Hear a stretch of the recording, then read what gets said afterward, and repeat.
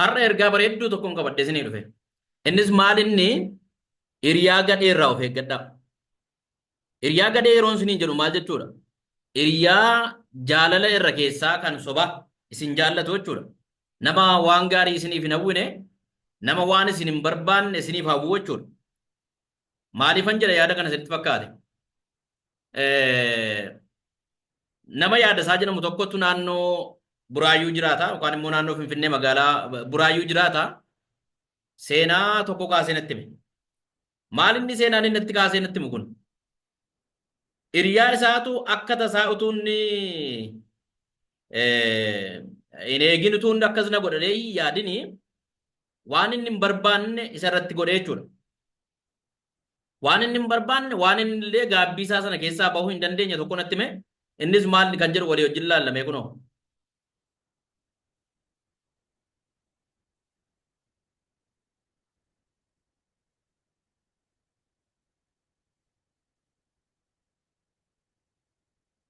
Maal irratti godhame yaada isaa irratti kan jedhu mee ilaalame. Amma kuni akkuma isin ilaaltanii harree sadiidha mormi isaanii irraa ciccitee jira yookaan immoo qalamanii jiru. Kun immoo foon harree jajjamee mana hoteela namicha waan kana gurguru irratti dudduuba isaa irratti jechuudha. Dudduuba isaatiin foon kaa'amee jirudha. Yookaan immoo foon jajjamee keessumattuu ganama qoontaa firfiriin isaa gurguramudha jechuudha. Eessatti argama waan kun hoo jenne naannoo magaalaa anamma maqaa isinii dha'e Buraayyuudha. Haa ta'u iyyuu malee namicha sana godhus hoteela isaa sammaa kana dhiyeessinitti ni moone. Maaliif qaamni sana ilaallatu dhimma akkasiitii wajjin nyaata namni hin barbaachifne kan safuu uummataan eegganne warra dhiyeessan kana qaamni isaan hordofu jira dhimmi nageenyaa dhimma kana hordofu jira. Isaan qoratanii bira ga'uu danda'u. Mucaan nama yaada isaa isiniin jedhu kunillee kallattiidhaan abaluu natti himne garuu immoo milikkita tokko isiniin kenne. Mana foonii naannoo Buraayyuu sana ta'e kan naannoo Qeeraatti foonni gurguramu keessaati. Nama gabaabaa gurraacha tokkotu keessaa gurguraa naan jedhe. Maqaa manichaa ammaaf hin qabannee teenya. Maqaa hoteela sanaa jechuudha yookaan immoo maqaa mana foonii sanaa jechuudha. Egaa maal naan jedhe natti yaada isaanii utuun hin beekinii jedhe hiriyaan isaa kuni hiriyaa isaa sana maqaan dha'u maaliifi yaada isaa illee yaada isaa maqaa abbaa isaa sinitti hin dha'u. Sababni isaa yaada isaan kunis achuma naannoo sana jiraata hawaasa keessa jiraata miidhaan tokko tokko akka irra hin geenyeef jecha saayikoolojikaalii yookaan immoo xiinsammuun isaa akka hin tuqamne namoonni jechaan isanni tuqame irratti yoo akka hin tuqamne isanni aare irratti yoo akka hin aarsine isaafillee waan akkasiitiif illee gaariidha. Namni waan akkasii nyaachise hiriyaan isaa sunis immoo eenyummaan isaa bahee yoo dubbatame ani akka kootti yaada isaanii baaseetanii miidiyaa adda addaa irratti suuraa isaa wajjin iyyuu gadhiisa kun hiriyaa gadhee badduudha. Hiriyaa utuu ani hin jaallatin akkasina godhee natti taphateedha foon harree na nyaachiseedha jedha. Egaa ani immoo suni bahuu isaa hin barbaanne maaliif hin barbaanne isinitti fakkaate? Hiriyaan kun dogongoreedha dogongoranni al tokko dogongoree irratti yaada isaan immoo nama kana baasee hawaasatti saaxilee kenne bakka hojjetutti namni kun jibbamuu danda'a lolamuu danda'a namni yaada isaa jaallatu namni biraallee nama kanarraa miidhaa ga'uu danda'a yeroo sana immoo waa meeqa dhabuu deemna jechuudha. Haa ta'u iyyuu malee namni kun miidiyaa kanarraas dhaga'ee akka innis fakkaattonni isaas akka irraa barataniif jecha kanneen asirratti fide yaada isaadhaan baatee suuraa isaallee mul'isinii jedhee nama ammaatti qabadhee jira. Dhiismee gorsee baay'ee garmalee ofitti gaddee aaree jira. Maaliif hiriyaan isaa kun argitanii guyyaa sanbadduraa yookaan qidaameessa jedhamu ganama beektanii amma gurbaan kun waa amaleeffateera. Gurbaan yaada isaanii jedhu kun foon nyaachuu jaallata keessumattuu foon diimaa nyaachuu jaallata. Sana booda seenaan ni kaasee natti mirraa jechuudha. Hiriyaa isaa kanaa wajjin yeroo baay'ee wal waamanii guyyaa biraa hojiidhaaf waliin arganii gaafuma wal argan gargaaruu wal affeeru waan jaallatan walii godhu walii wajjin nyaatu, walii wajjin dhuguu, wookii walii wajjin deemuu, yaada adda addaa kaasanii walii wajjin mari'atu akka inni natti himetti. Amma guyyaa kana garuu maal godha sitti fakkaate hiriyyaan kuni gaaf tokko duraanii naannoo ji'a lama duraadhe qarshii 1,500 naa liqeessi jedhee liqii na gaafatee jennaanini anoo hin qabu jedheetanii dhuguman immoo dhabeeffanni qarshii sana dideedhe. Gurbaan inni didame garuu yaada isaa amanuu hin dandeenye beekuma na dhowwate jedheetu itti aareera garuu immoo deebi'aniituma hiriyummaan isaanii kun lallaafeera. Akka durii miti jechuudha. Garuu immoo deebi'aniitu immoo egaa gurbaa liqii dhabe kanatti akkas itti aaraa jechuudha. Yaada isaan noormaalii hin qabu. Kanaaf dideedhe malee qabaadhee tan dhowwadhee miti jedha. Gurbaan kana haaloo qabatee maal godha? Yaada isaan egaa akkuma yeroo biraatti naannoo 7-2 keenya jedhatu waliin argini sanarraa kaanee walii bilbilee maal hin badde waliin jennee wal arginee qidaamee yookaan immoo jimaata galgala walii bilbileetu borganama akkuma baranne sana waan sana dhannee foonni wajjin nyaannaa ganama ciree wajjin nyaannannee walii wajjin mari'anneedha. Bilbilaani hojiidhaa galanii wajjin mari'atanii sana booda gaa guyyaan jedhame kun ganamni ga'e. Gaafa guyyaan ganamaa sanbat duraa waan sanbat xiqqaa yookaan qidaameen kun ga'u gurbaan kun yaada isaa bilbilee ganamaanii kaa'ikaa natu si affeera har'a jedhaan. Yaada isaa nu dhuguma si'eetan dhaqeedhe. Dhuguma akkuma durii na affeera. Maaliif yeroo baay'ee wajjin jiraanneerra waggaa 5-6 ol hiriyaa lafuma hojii irratti wal barreedhe. Kanaaf baay'ee walitti sinnadhe walamannaadhe. Ganamaan gaafan ka'eedha godhe. Edaa gurbaan yaada isaa affeeru kuni durumaanuu yaada akkasii hin beeka. Namoonni gadi qabanii dhoksaadhaan hin dubbatu waan akkasii. Manni nama mana foonii jedhu kuni foon kan horii yookaan kan sangaallee kan qotiyyoollee furdisamanii kan qalan kana biteetu gabaarraa bitee qalee gurgura. Wal keessa maka. Kanarreellee wal keessa makeetu gurgurachuudha. Maaliifi yeroo baay'ee harreen inni qalu kun immoo harree hatamtee bakka biraarraa dhufte. Haatanii fidanii hattoonni dhimma kanaaf bobba'an akka jiran itti ergasii qorata gaa yaada isaa nama akkanatti waan jiru kana qoradheetaniidhe. Egaa gurbaan kun erga ciree kana affeere booddee akka durii foon diimina nyaannannaa lakkii diimaan irraa kana garaan koo badaaf jaallattaan jiru. Diimaa miti ani yoon fedheenuu nyaadhaa garuu ati sumana affeeraa naan jedhe. Tolee dheetan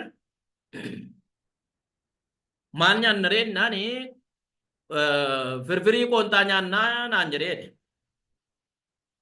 Tolee dheetan mana sana takkaa dhanneen beennodhe har'achi bakka jijjiirra naan jedhee nageessedhe.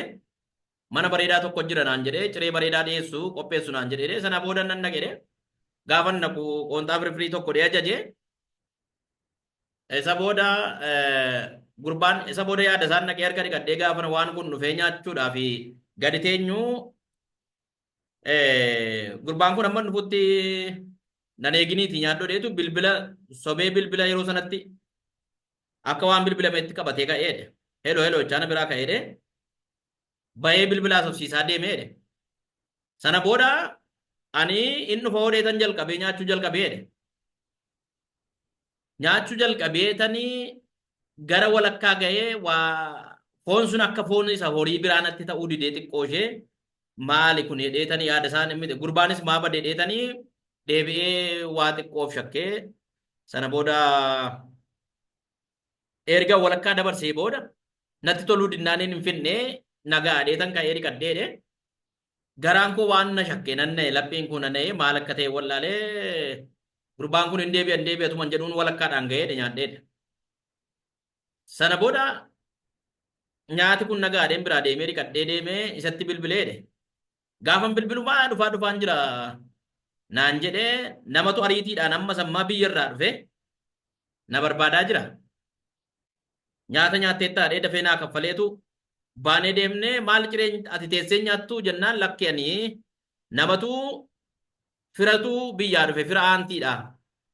Dhufee bakka wallaaleen rakkataa jira naan jedhe waan ta'eefin magaalaa keessan beeku waan ta'eefin Finfinneen isaaf haaraadha waan ta'eef dhaqeetan barbaada naannoo buufata konkolaataatti naan jedhee naannoo askootti kutee deeme. isa booda ani gaa waan suni gaaffii natti ta'eedhe dura akkasuma godhee hin beeku takkaa jedhe foon hin nyaadhe kunis akka natti toluu hin taane waan saana wallaaleetanii gaafan jedhu gurbaan maal godha bilbileedhe waan inni amma isinitti agarsiisu kana suuraa kaasee naa ergeedhe kan inni amma isinitti agarsiisu kana jechuudha kana suuraa kaasee naa ergeedhe maal inni kun yennaani kun foonii ati har'a ganama nyaattee naan jedheedhe ganama sana jechuun galgala itti natti ergeedhe ciree ani ganama sana silaasii affeere naan jennaan maal jechuudha kuni waan sangaa miti yoo harree dha'ooti maali harreen hin nyaatamtiin jedhanii gaafadheedhe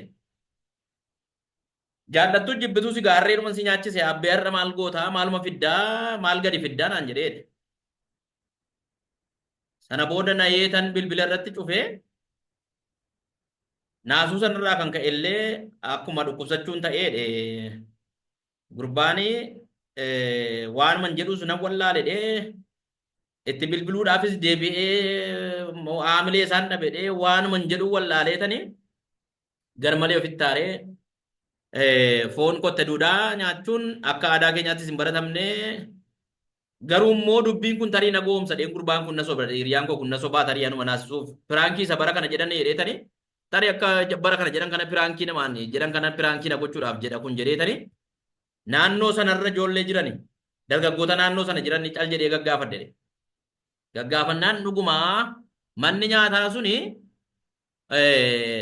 foon harree foon horiitiin waliin makee foon sangaatiin foon qotiyyootiin waliin makeetu gurgura jedhamee shakkamaa achi maalatti maa birattee namni baay'een achi naqu erga odeeffannoon kun tamsa'eetii tureera waggaa 2-3 darbeera kanaaf achi dhaqxee nyaatte taanaan gaaffii hin qabu naan jedhanii jedhe kanattiin foon harree nyaadhee anis foon harree nyaachuu kan kun mirkaneeffadhee maaliif akka foon isa yeroo biraa miti jedhe fooni suni fooliin isaas ilkaan irrattis gaafa nyaadhu afaan keessattis akka isa duraanatti ta'uu dideedhe ergasii waan harree jedhamtu jaanii argaa jibbedhe foonuma manuma foonii waan jedhamu seenee nyaachuullee garmaleen of jibbeen waan akkasii keessa hin jira naan jedheeti seenaasaa kana waan hiriyaan gadheen irratti hojjete bifa kanaan hiriyaan isaa haaloo isa bahee isa gaddisiise waan kana na taphachiise waan ta'eef hiriyaan bara kanaa baay'een isaa hiriyaa faayidaadhaaf namatti siqu waan ta'eef hiriyaa amanamaa dhajettanii namatti caljettanii siqinaa addaan baasaa amma yaada isaanii deebi'ee garmalee gorsee anillee bilbilaan gorsee qaamanillee wal agarree gorsee Umaa miti rakkinan qabu biyya alaatti namoonni waan baay'ee nyaatu jedhee waa'ee biyya waan chaayinaatti nyaatamu waan biyya adda addaatti nyaatamu kanatti kaasee isaan kunis dhaluma namaati biyya keenya keessattis immoo bakka akkasiitti namni warra hantuuta nyaatullee jira dhee itti kaasee tan amansiise kan waan tokko rakkoon qabudhee amansiise waan ta'eef akka inni miidhaa tokko ofirraan hin geenye mucaan sammuun isaa baay'ee gaddee jira garaan isaa baay'ee gaddee jira. Baay'ee garmalitti dhagaamee jira deebi'ee tasgabbeesseera garuu immoo hiriyaan hundi amanamaa miti waan ta'eef hiriyaa gadhee akkasiirraa hiriyaa gadhee foon harree nama nyaachiftu kanarraa of eeggadhaa isiniin jechuun barbaada galatooma nagaanaa qabadhaa YouTube chaanaaliin kun yoo isinitti tole subscribe gochuu hin dagatinaa subscribe yeroo gootan immoo all subscribe kan jettu dhaqaa subscribe godhaa like share gochuudhaanis na bira dhaabadhaan isiniin jedha nagaanaa qabadhaa ulfaadhaa Rabbi waaqayyo hiriyaa gadhee isinirraa qabu hiriyaa akkasii jechuudha.